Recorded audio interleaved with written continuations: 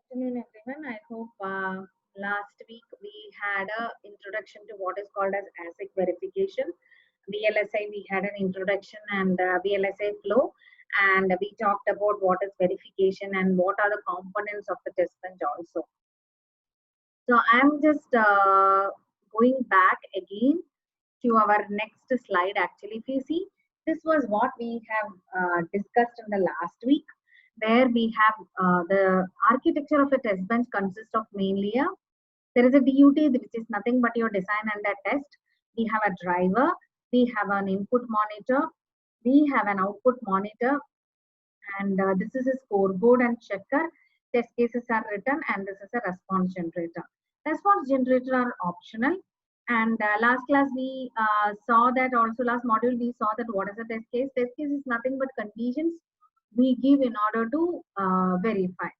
And the job of the driver is take the test cases and drive the DUT, uh, convert the test cases, which can be a text file in Verilog, convert the test case Verilog file into pins driven because your DUT is pin. To convert the inputs to a pin level is called as a driver job. It drives it. So there are certain methods which you have learned, like I think you have learned about variables and methods. So driver use different methods like functions or tasks in order to convert the test case into input format. Now monitor, what it does is it is sitting in between the driver and the DUT, and it monitors whatever the driver is driving into the DUT and takes that signal, whatever the input takes it and gives it to the scoreboard. Now what is the output? The DUT, whatever the functionality of the DUT. For example, you are giving some packets to the DUT. They have to process, for example, they packet the process. If you see an Ethernet packet, for example, you are sitting in, you are sending a WhatsApp message. But I will take a phone because all you guys have a smartphone. You are typing a WhatsApp message and you are sending a data to a group of people. That's a multicast. There are three kinds. Unicast means you are one-on-one. You are just typing a message and sending it to your friend. Multicast means your college group. We have created a group and only that people are there. So that means for that group alone, you are sending some messages. That is called as a multicast message. Now, what do you mean by a broadcast? Means you are broadcasting to the everybody in your phone. Whoever number you have, you are broadcasting. So now DUT has to process that data and modify it, and accordingly it will give the output. That is what is happens. You are transmitting a data, you are a sender, and somebody at the end is receiving it. So on the way, the data has to be processed, and that processed data is given to the receiver. So the receiver receives it. So that is what the DUT is doing. Actually, what it is doing is it is processing the data, whatever you have sent it, and converting it into a format where the receiver can receive it and receives it. And this monitor, what it does is it monitors the data, and in the scoreboard, what happens? Whatever the sender has sent is compared with whatever the receiver has received. So that is what the scoreboard and checker will do. Okay, scoreboard is like a cricket scoreboard only. What does a cricket scoreboard does? It's just how many runs, how many overs over, and how many more runs. Same as in scoreboard, it is nothing but a collection of data. Okay, so I hope this test bench architecture is clear for everyone. So this is a half adder circuit. I have taken two examples in this context here in this module. I did not take a very big example because I just wanted you to first understand the Verilog coding of the verification and design. And then in the coming modules, we can go to a higher level of coding also. So half adder is nothing but a circuit which adds 2 bits of data and gives a sum and a carry. If you see here, it has inputs as A and B. These are called as the pin levels. So if you see the inputs here, I am giving two bits are there. 2 bits means in binary, you can have 4 combinations of data. That is 2 raised to 2, which you have learned in your digital logic. So I have 2 inputs. How many combinations of testing possible? 2 raised to 2. If I have 10 inputs, how many combinations of inputs is possible? 2 raised to 10. So that is how you calculate how many input scenarios can be generated. If you have n number of inputs, 2 raised to n scenarios can be generated. So when it comes to a bigger chip, that is VLSI, it is complicated. For example, if you see half adder, it is an LSI. It is not an LSI, it is SSI, small scale integrated. It has only what? You can see an XOR gate and AND gate. Nothing more than that. So when I give two inputs here, 0 and 0, my sum should be 0, my carry also should be 0. When I give 1, 0, which is a binary addition, my sum is 1 and my carry is 0. If I give 0 and 1, my sum is 1 and my carry is 0. Now when I give 1 and 1, 1 plus 1 in binary addition, my sum is 0 and my carry is 1. So the circuit realizes as an XOR gate and AND gate.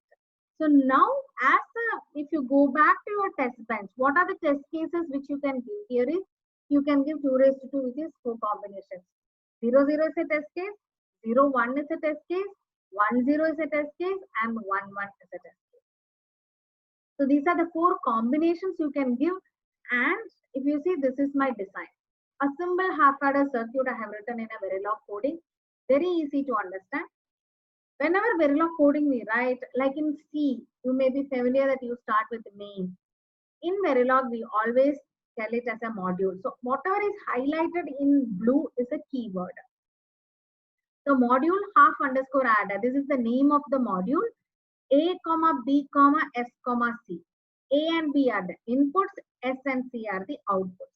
So my input is A and B. So whatever is my input, I declare them as input A, comma B. Output S, comma C. Now, we saw in the previous slide, sum is nothing but an XOR gate and carry is nothing but an AND gate. So sum, assign S is equal to A XOR B. This is the symbol of XOR, and assign C A and B. This is a bitwise addition and this is a bitwise XOR operation in Verilog. End module. So this is the design of your half-adder code written in Verilog. Now, when I go to the next module, my test bench starts. So we talked about driver. Currently, since this is a very small module, I don't have a separate test case file. I am directly taking the driver here. Can you see here module driver DADB? I will tell you what is the significance of DA and DB. So here DA and DB should be an output or an input. It is an output. Why? Because your driver is generating the data to drive to the design. Hope you understand. Hope you are clear. The driver is generating the data to drive to the DUT. So DA and DB are my outputs. So always output. There are three things in Verilog which you need to understand: input connectivity, output port, and in-out port. So 3 ports are there. Input port, it is like whatever this is an input port. Can you see here input A and B? So for DUT this is an input, but the driver, for the driver it is an output. Because the driver is generating it and giving it. So if you see here, this is my driver. DA and DB are my outputs of my driver. I have declared this as with another. Reg is also a keyword, which is not highlighted here. Reg is also a keyword, which means it stores value. In Verilog, there are 2 concepts, wire and reg. Wire means it is always continuously driven. Reg means it stores a value. Okay. So if you see a combinational circuit and a sequential circuit, always a combinational circuit is continuously driven, which is your gate circuits. They are combinational circuits. And your flip-flop, latches, they are all store value. So they use a reg. So if you see, I don't have a separate test case file, but what I have is something called as a inputs, which is declared from the driver itself, and I am driving it. So these are the combinations 0, 0, and #10 means it is the delay. So for 10 time units, whatever time units you declare in your tool, 10 time units, my value of A and B will be 0, which is driven from the driver. Next, after 10 time units, I'm changing the value of B to 1. So I'm checking the new combination 0 and 1. So I change the value to 0 and 1. And that value is driven for, again, 10 time units. So that is why hash is a delay. After that 10 time units, I'm changing the value of A. Can you see here? A is going to be 1 and B is going to be 0. Okay. So after 10 time units, I'm doing both as 1, 1. And time unit is #10 I'm giving. So 40 time units, this driver will work. After that, I am giving a dollar stop. Dollar stop is a keyword. Dollar stop means I'm temporarily stopping it. There are two commands which you can give in a test bench. One is called as a dollar stop and another is called as a dollar finish. Dollar stop means it will temporarily stop the simulation. Okay, we talked about compilation and simulation in the last module. Now, dollar finish means I complete the simulation and come out of the tool also. Now, ending, this is a keyword called as initial, begin, end. This is called as a procedural block. Initial and always are called as procedural blocks in Verilog. This initial, the significance of this block is as soon as the simulation starts, it enters the loop, execute only one time, come out of the loop. Okay, so initial means I execute that loop only one time in my simulation. Now, if you have multiple statements, we group them with the statement called as begin and end. If you see, you do it with curly brackets. Here we use a keyword called as begin and end. If you see, Verilog is very similar to the C language. Now, what is the monitor? Here I have only one monitor I'm using.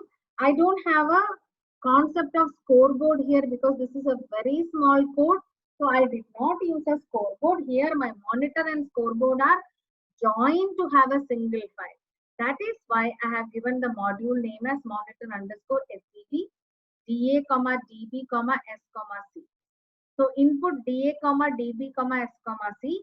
Always at SC. See here, I am using a different block here which is called as always. It is a procedural statement. What do you mean by always? At is called at, S, C is called as the sensitivity list. See, we are all sensitive to something else, right? If somebody pinches you, you are sensitive. So we are all sensitive to something or other. Like that, in Verilog, this whole loop, it is always, there should be a begin and end which I missed here. This whole thing is sensitive to signals S and C. That means whenever there is a change in S and C, I enter this loop. Okay. Now, what are the inputs to my scoreboard? My inputs are what? I have S, C, and DA and DB. Why do I need all these things? DA and DB are my inputs. Correct? So I need to give an input to my scoreboard in order to generate the expected output. You understand there are two kinds of outputs. One is called as an expected output. One is called as an actual output.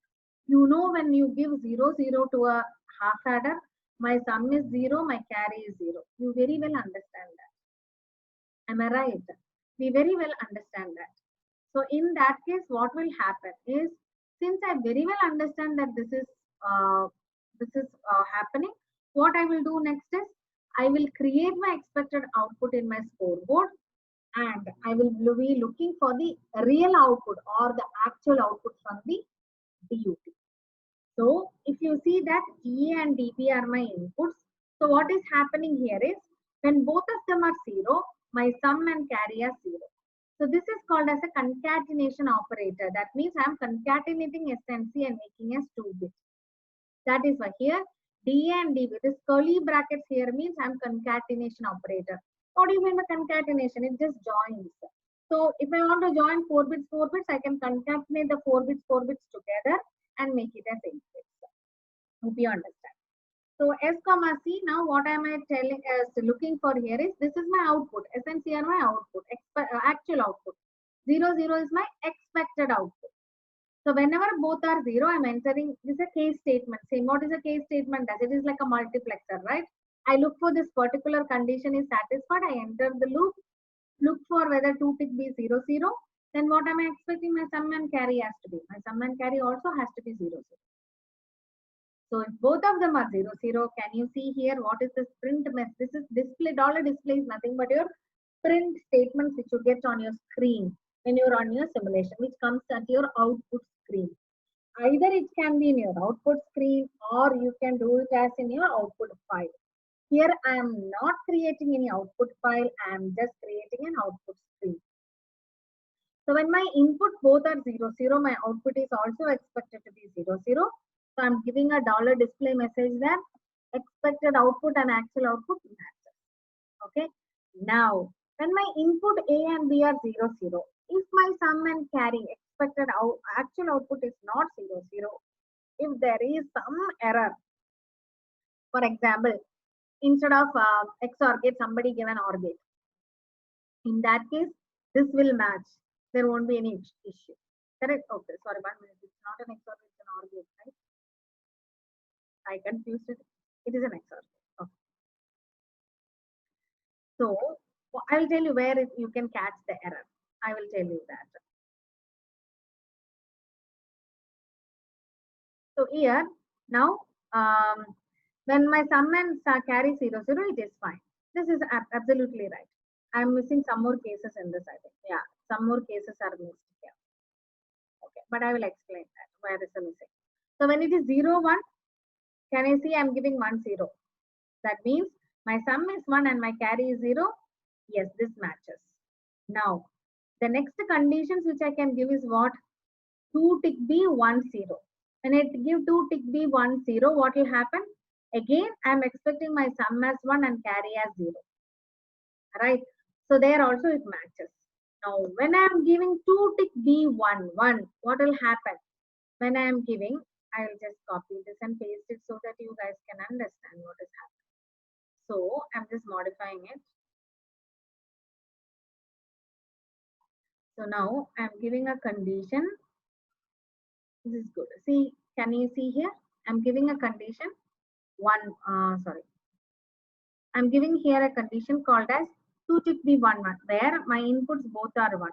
Now, I have to give what here? When I give 2 tick B1, 1, my sum is 0 and my carry is 1. Correct? Now, if I given an OR gate, what will happen here? If I have given an OR gate, my sum will also be 1, my carry will also be 1. In that case, what will happen? What will happen?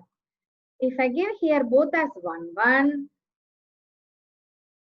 if my output is coming as both as 1, 1, it will enter this loop telling there is an error, actual and expected, there is a mismatch. Hope you understand. I'll just explain one more time. If somebody has given instead of an XOR gate an OR gate, what will happen is when my inputs are 1, I'll show you. My sum will also be 1. So it will not enter into this loop, it will enter into the else loop and display an error. That is what the scoreboard and monitor does. Hope you guys understand. Now, how will you connect all these things? My driver is separate, my scoreboard is separate, and my DUT is separate. Now, how these inputs and outputs has to be connected? For that only, we have something called as integration of your test bench and DUT, which is called as your top level module. So module, I have given it as test bench half adder.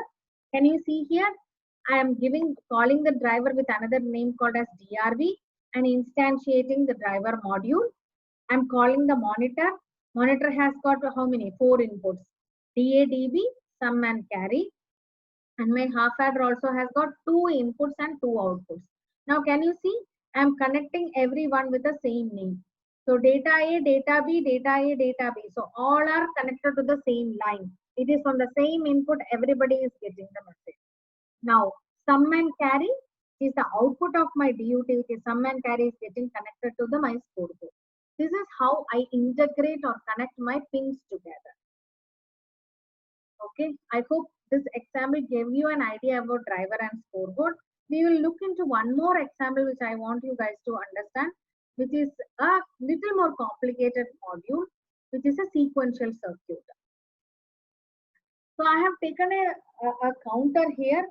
So my counter DUT I have not shown here. Okay, so I'll just tell you what the counter does. Counter here is a simple circuit where what it does, it just counts, right? Correct. If you see, this is a 3-bit counter. So if you see 2 down to 0 is my count. So it's a 3-bit counter. So 3-bit counter will have how many values? 2 raised to 3, which is 8 values it will have. You agree? It will have 8 values. Now, after this session, I will show you how the counter runs and how the half adder runs, and we will see a waveform also, so that you will have a better understanding. So why I took the counter here is counter is a sequential circuit. So what do you mean by a sequential circuit? Whenever there is a sequential circuit, there is a clock coming into picture. So clock is nothing but why it is used is you have to run something in a frequency. So you have to run something. It gives you a frequency and a time period. So here there is a lot of difference. If you say counter does have only reset and clock as an input, it does not have a any other input, and it has an output. So what is the importance of reset? Why do we need a reset? What happens when your phone is hung? What do you do when your phone is hung? All of you, what do you do? Immediately go to this reset button and reset the phone and restart it again. So what is the very reset is very significant in any circuit. In any VLSI chip, reset plays a very important role. So what is the reset does is it brings you back to the initial stage. Okay, when you are so much loaded with your exams and everything. Once your exams are over, what you do? You do a reset button, right? You go back to a state where nothing is there and you just want to enjoy. Same kind, you go back to your initial state. Your exam tensions are over. You come back to a normal initial state of yours. Same is what reset is also doing. What does reset does is it brings, it clears the counter, it clears the memory, everything it clears and brings your phone back to a normal stage wherever it was. So if you see this module is again a driver, it has a reset and a clock. So output, I'm again mentioning here the driver is an driver's pins are output which is going to the DUT. So there is a reset and clock. Now again I'm using here two initial blocks I am using, if you can see. Reset I am setting in one initial block and clock I am setting in another initial block. Okay. So here what is happening is two initial blocks and this is called as a forever block. What do you mean by forever? Always it will be running till your test case stops. So here I have given 2000 time units. So till the 2000 time units, this clock will be generated. That means how it is generated? Every 10 time unit it will be high. The next 10 time unit it will be low. So it is like alternate. 10 units high, 10 units low. So it is alternating between every 10 time units. So reset, I am initializing the reset at the time 0 unit. For 10 time, after 10 time unit, I am making my reset as 1. After for 50 time units, so for 50 time unit, again I am making it as 0. So for 50, from 10 time unit to 50 time unit, which is 40, the reset is set to 1. It is called as a active high reset. What do you mean by an active high reset? Is the reset is always, whenever the reset is high, all your outputs are set to an initial state of 0 or either one depending on your design. When my initial simulation starts, my clock is equal to 0. After that, every 10 time units, my clock is changing. First 10 time unit, the clock is 0. Next 10 time unit, the clock is 1. Since this is a sequential module, we are generating. Now, this is my monitor. So what is the functionality of the counter? I did not purposely take a DUT here because I'll take the DUT when I show the simulation actually. So when you see the counter monitor, here also I have merged the monitor and scoreboard because since this is the second day of your coding, I want you to understand simple coding. More when it comes, I can take an elaborate big coding and show the thing. So here it is reset, clock and count. So input is a reset and a clock to the scoreboard also, which is coming from your driver. And your output is count, which is again acting as an input to the scoreboard or a monitor. Because from the driver, I am getting my inputs. From the DUT also, I am getting my inputs. So from the driver, whatever I am getting, this is called as my expected output. From the DUT, whatever I am getting is called as my actual output. So to the scoreboard, whatever coming from both the modules are inputs. Hope you guys understand that. Now register tracking the previous count value now comes always at positive edge of the clock. This is a flip-flop coding. So what does a flip-flop does? A D flip-flop I have used. What is a D flip-flop? It has a clock and it has an input called as D and it has an output called as Q. So whenever my clock, positive edge of the clock comes, whatever given in your output is taken and given to the output. That is what my flip-flop does. So counter, if you see, this is a 3-bit counter. If you see the logical circuit of a 3-bit counter, it has got 3 flip-flops because each bit is one flip-flop. So if here I have mentioned 2 down to 0, 0, 1 and 2, there are 3 bits, 3 flip-flops are there. That is the logical circuit of it. So now what am I doing here is always a positive edge of the clock. Whatever the value of the count, I am giving into the 10th. And parallelly, this is what is this count? This is the count of your coming from your design under test, which is your DUT. So this is your actual output. Now what I have to do? I have to create my expected output, right? So I have to create my expected output, which I am doing it here. So whenever it is reset, what am I doing? I am making sure that my count value is set to 0. On reset, I am entering into it and I am looking at the positive edge of the clock. And if my count is equal to 0, what am I telling? When my value of count is reset to 0, display error counter not reset to 0. So on reset, all my bits of the count is set to 0. That is what I am checking. Now, here what am I checking here? Else. If it is not a reset condition, now what I need to do? I need to check that this count is wrong. So because it is only 3 bit, it cannot count to 15. So I am just changing it to 8 because it is declared as 3 bit. Whoever has written the code, this is a coding error. It will give you an error. So this is called as test bench error because whoever as a verification engineer who wrote the test bench has written it wrongly. Okay, your design will never go to 15 because it is 3 bit. It can hold only 2 raised to 3. So 0, 1, 2, 3, 4, 5, 6, 7. So this is a Bucky test bench. I changed the Bucky test bench. The count is equal to 15. I changed it to 7. Good. You are able to see a Bucky code also how it looks like. So now else if count is equal to 7. Now I am checking whether the after 7 the counter has to go back to 0. Okay, otherwise it is an error. A counter is something which counts to the maximum value and reset back to the original value. So here what am I displaying? On when the count is equal to 7, I am looking on the positive edge of the clock. That is the next clock. My count is set to 0. That means the counter has reached the max value and got reset. Else, no. So what would have happened if it would have been 15? If I change this value to 15, what would have happened is it would have never entered this loop. It would have for the after 7th clock, what it do? It will be always giving an error. Counter did not reset after reaching a max value. Okay, you understood? So this is a test bench bug. This is not a design bug. I will show you a design bug also when I show the design. Now what is happening next? I want to see whether it is increasing for every value, right? So what I'm doing is I'm going inside and checking count is equal to 10 plus 1. Yes.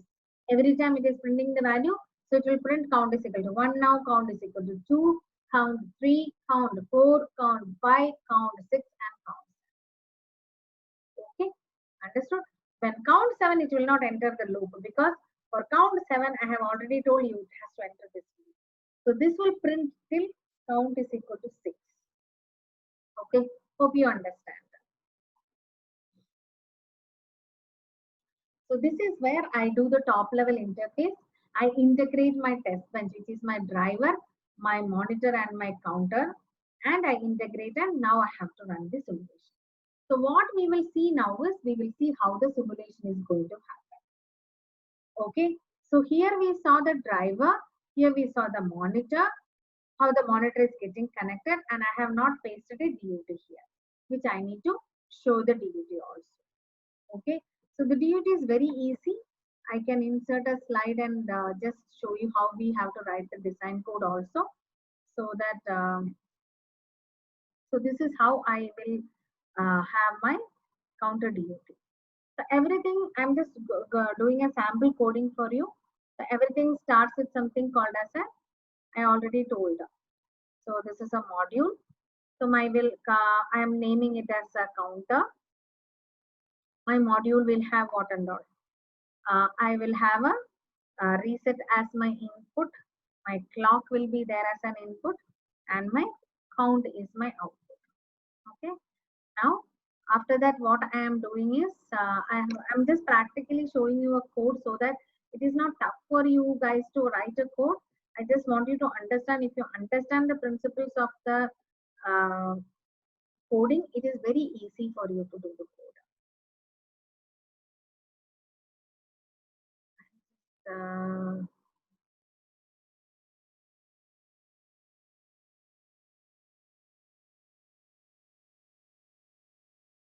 I hope you are able to see this. Okay, I'll just. So this is my module. Okay, I'm just showing you the code how to write a design code. So this is my counter. Now I have to declare my input. What are my inputs? Reset is my input and clock is also my input. Now my output is nothing but count. So I am declaring my output as count, and always count is a flop. So I am declaring it as a reg. This is my count. Verilog is a very case sensitive language. So you need to make sure that no output and input are the keywords. So I don't have a capital letter here. And this is my reg. Now code is very simple. Always at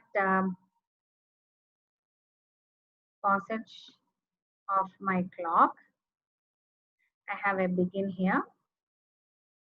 I give a space. That is the indentation which you do when you write a code. Begin. If my reset is equal to 1 tick B1. This is how I represent my number. Enter. Again, I give an indentation. My count. This is called as a non-blocking statement. Count is equal to B tick B00. Because I have made a mistake here. My output here is 2 down to 0. Because I already told my count is 3-bit. Here also 2 down to 0.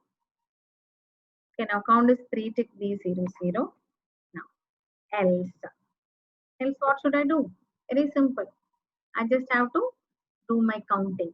So count is equal to count plus 1. End module. That's it, over. This is very simple. If you see, my Verilog coding is very, very simple. So I just finished the Verilog coding for this counter. Begin. If or else my count is equal to 0, I end the module. So this is what the design is. For the design now, you need to give the test. Now what we will do is we will see how the simulation happens in an EDA tool. That is what we are going to do. I hope this much is clear for you. I have not taken a complicated test bench. I have taken a very simple test bench for your understanding. Thank you guys. We'll see the simulation, how is it happen.